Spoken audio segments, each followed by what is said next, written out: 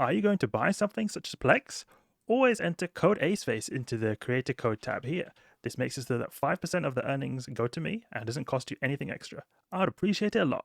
Hello everybody, my name is Aceface. We're going to be doing some solo T3 Electrical Abyss in the Retribution.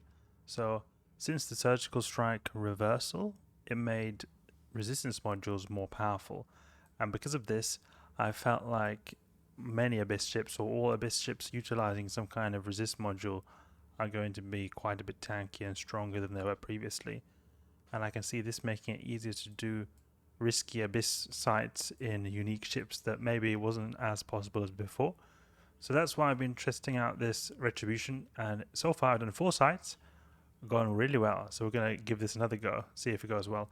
I think we might eventually get killed, but we'll see.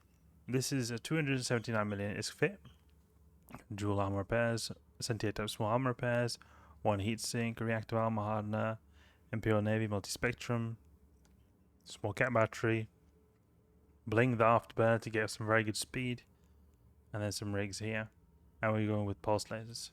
So we'll see if this goes good.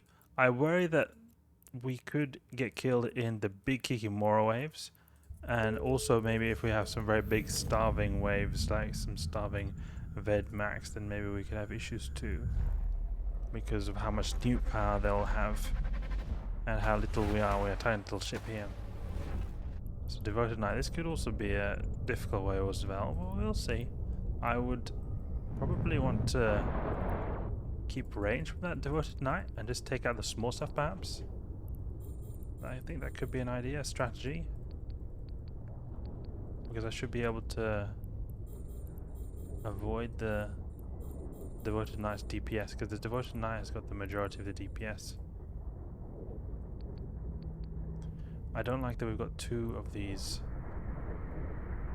guys here tracking, disrupting me. It's going to make it very hard to hit anything.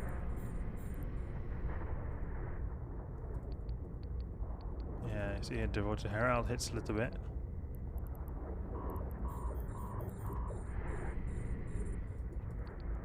We can use a little Scorch here.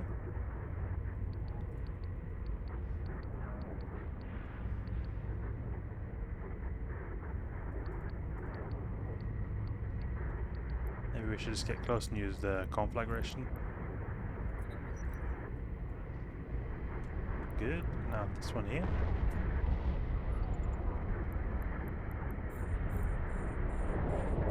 It's good that we're very fast with the Afterburner, so we can avoid a lot of the Devoted Knight's DPS. Good. Perfect, we're doing a lot of damage here. Can really hit any of these guys. There's one here, Devoted Lookout. Need to keep my ship moving at all times, otherwise we can get issues. Let's just try getting closer to the Devoted Knight, orbit over 10 kilometers, because he's got a good newt that can cause problems.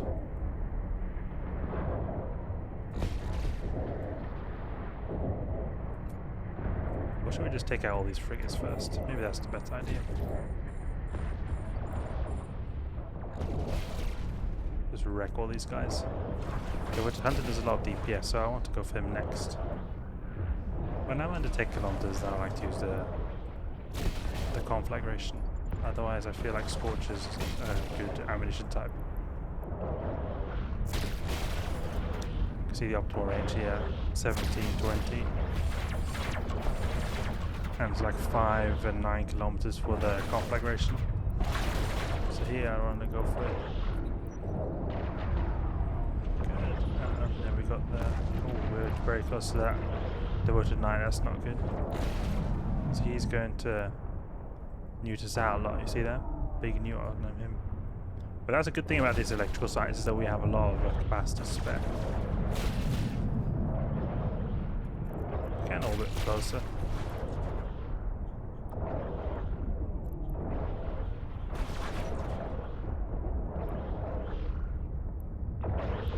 A bit closer so we can use the Conflagration.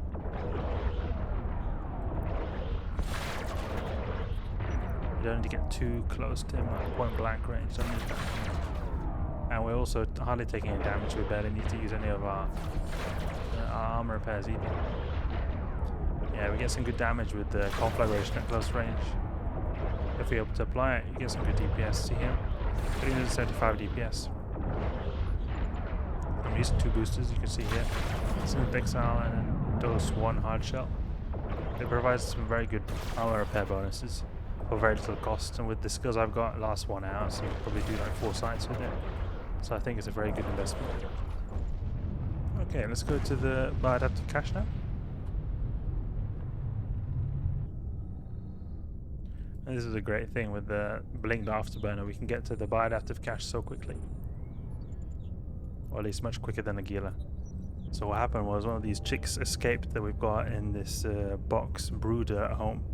And it brewed now on the floor, so that caused a bit of an interruption here. But now it's the chick is secured in the box. Hopefully it doesn't escape again.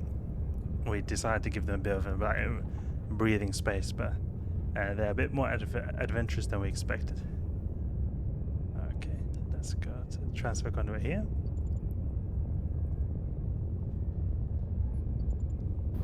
Less shacks, okay. These guys are easy. We'll go straight for the starver. They cause a lot of problems with the neuting, but it shouldn't be any issue because just one of them. I've handled 2 or 3 of these before.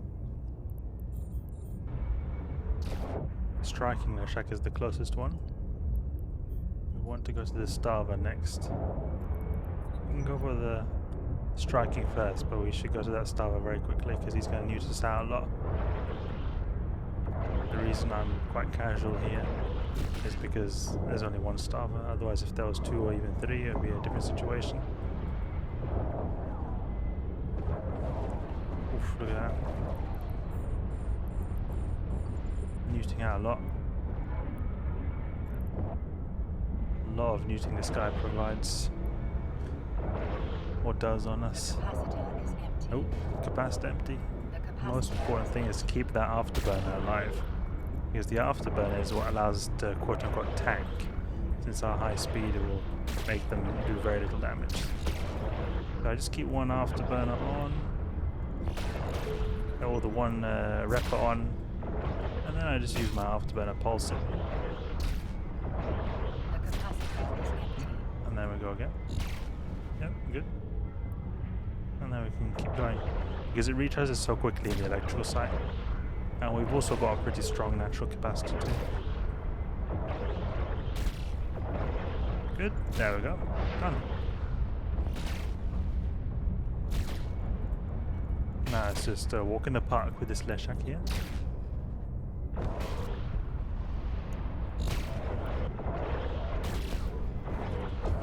And we can destroy the rest of the drones on the way to the Biocommutative cache.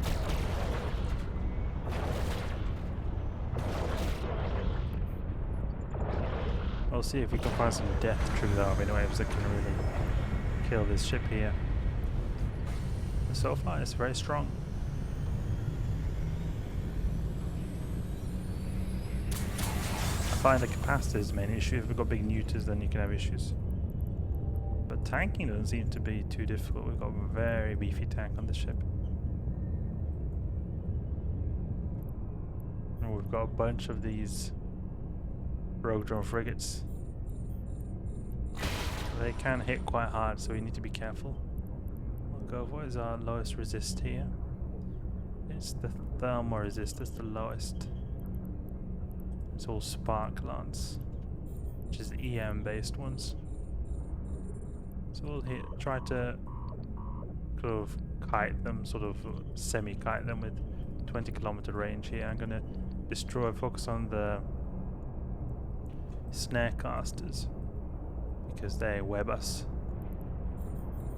and use a bit of the Scorch. You know, I could actually go to on this Multispectrum suppressor and get everything go quite a bit quicker, and it's very convenient too because we're such a small nimble ship, so we can go and navigate very easily to it and back and forward, because that's a reason I sometimes don't always go for the Multispectrum suppressor. It's a little bit too far away.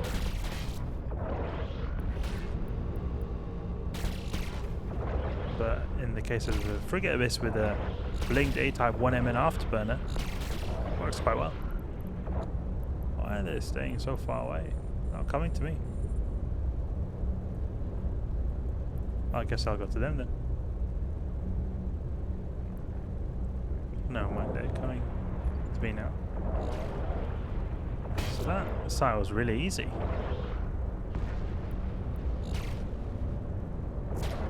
No issue whatsoever. Very easy waves though. They could be potentially a lot harder.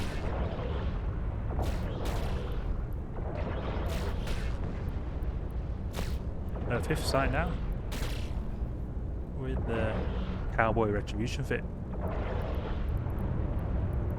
See what kind of good loot it gives up. Many times I've got like 30-40 million ISK loot from these. So the loot is not at all bad. 3 T3s together can give quite good stuff. 17 million, it's alright.